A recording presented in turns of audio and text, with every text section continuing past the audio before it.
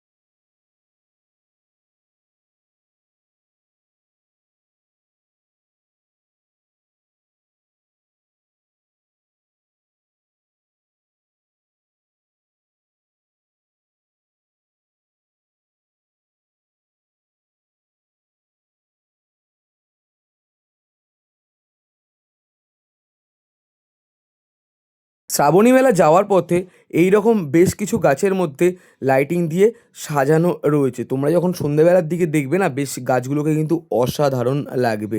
এই রাস্তা দিয়েই মানুষজন কিন্তু চলাচল করবে। এখান থেকে প্রায় 2 কিলোমিটার যেতে হবে আমাদের শ্রাবণী মেলা যাওয়ার জন্য। তোমাদের বলে রাখি, দর্শনার্থীদের জন্য এখানে জায়গায় জায়গায় যেমন ঘর মতন করে দেওয়া রয়েছে। যারা বিশ্রাম নিতে চাইছো তোমরা কিন্তু এখানে বিশ্রাম নিতে পারো। আর এই যে টাওয়ারগুলো তোমরা দেখছো, যাতে কোনো রকম কোনো সমস্যার সৃষ্টি না হয়, তাই জন্য কিন্তু ওপর থেকে মানুষজন কিন্তু দেখাশোনা করবে 24 ঘন্টা। আর এখনই তোমরা ভাবো যে এখানে কেমন পরিমাণে ভিড় রয়েছে। যত মানে শ্রাবণী মেলার দিন এগিয়ে আসবে, মানে তোমাদের বলে রাখি, যখন তারকেশ্বরের প্রথম সোমবার আসবে, ভাবো তোমরা এই জায়গাটার মধ্যে কেমন কি ভিড় হতে পারে। নমঃ শিবায়, হর হর বলে মুটুরে আমার সঙ্গে নিয়ে মহাকাল, কালো কি কাল, মহাকাল। এখানে তোমাদের দেখাতে পাচ্ছি শ্রাবণী মেলা শুরু হওয়ার আগে এখানে পার্কিংয়ের পর্যন্ত ব্যবস্থা করে দেওয়া রয়েছে, কতটা বড় তোমরা দেখতে পাচ্ছ। আর এখান থেকেই শুরু হয়ে যাচ্ছে তারকেশ্বরের শ্রাবণী মেলা। আমরা আস্তে আস্তে করে সামনের দিকে এগিয়ে চলে যাচ্ছি। এখন থেকেই মানুষজনের সমাগম হচ্ছে ধীরে ধীরে। তারকেশ্বর শ্রাবণী মেলা প্রাঙ্গণে আমি চলে আসলাম। এখানে যেমন রয়েছে মহিলা শিবির, আর এই পাশটার দিকে আরও অনেক ক্যাম্প রয়েছে। আর পাশেই যেমন মানে মহিলা শিবিরের ঠিক পাশেই রয়েছে পুরুষ শিবির। এখানে যেমন সাংস্কৃতিক প্রাঙ্গণ বিভিন্ন রকম রয়েছে। আর যদি তোমাদেরকে দেখাই, মহিলা শিবিরের ঠিক পাশেই রয়েছে পুরুষ শিবির। তোমাদের সুবিধার্থে আরও একটা কথা জানিয়ে রাখি, তারকেশ্বর মন্দির থেকে তারকেশ্বর শ্রাবণী মেলার দূরত্ব প্রায় 2 কিলোমিটার। আর এই মেলা চলবে টানা 40 দিন পর্যন্ত। তোমরা যারা আসতে চাইছো অবশ্যই কিন্তু আসতে পারো।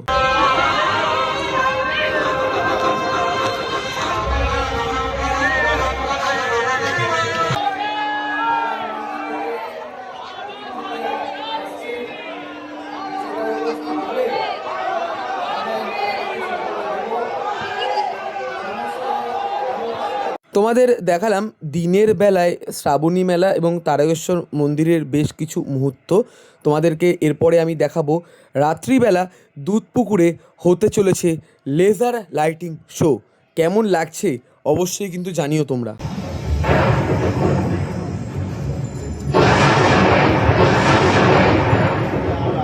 মা গঙ্গার পবিত্র ধারায় পরিণত হলো।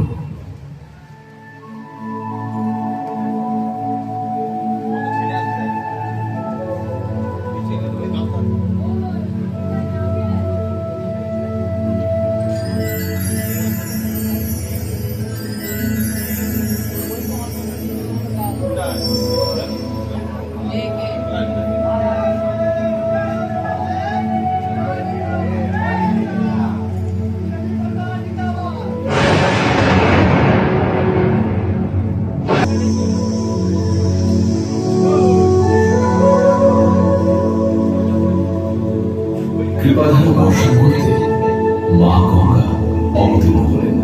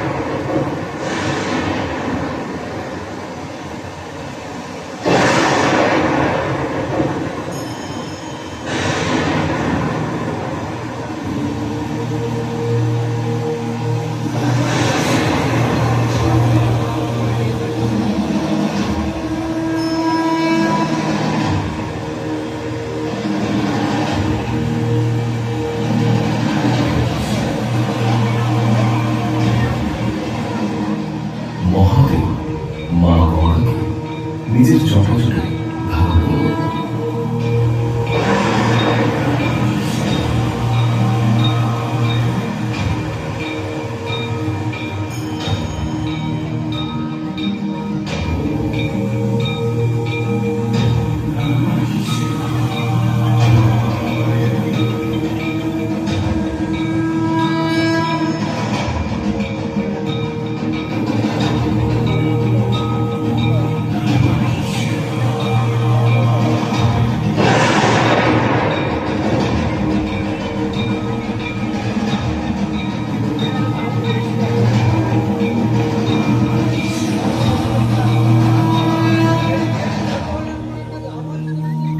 জীবনের স্পন্দনে ভরে উঠল। দেখতে পাচ্ছিস না?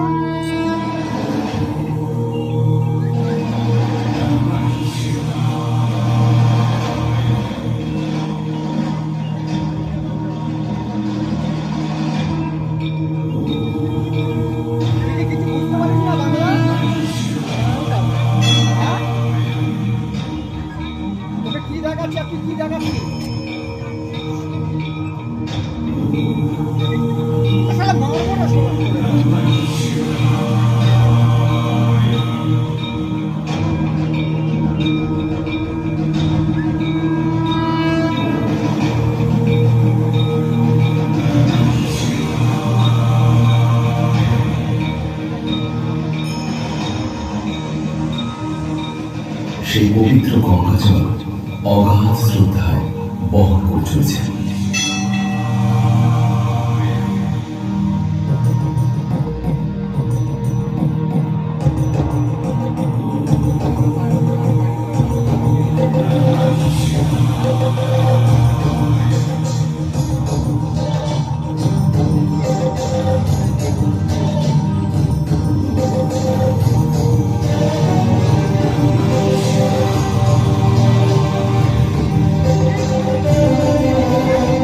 বাবা তারকনাথের শ্রীচরণে পূর্ণতা লাভ করে।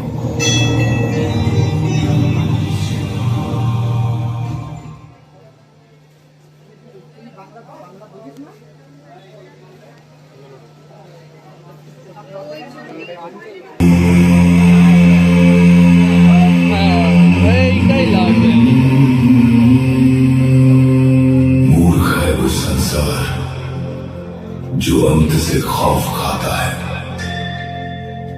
जिसे तुम विनाश कहते हो वो तो मेरे महादेव का तांडव है। जब इस ब्रह्मांड की आखिरी सांस टूटती है, जब सब कुछ राख बन जाता है, तब उसी श्मशान की राख से मेरे महाकाल का आरंभ होता है।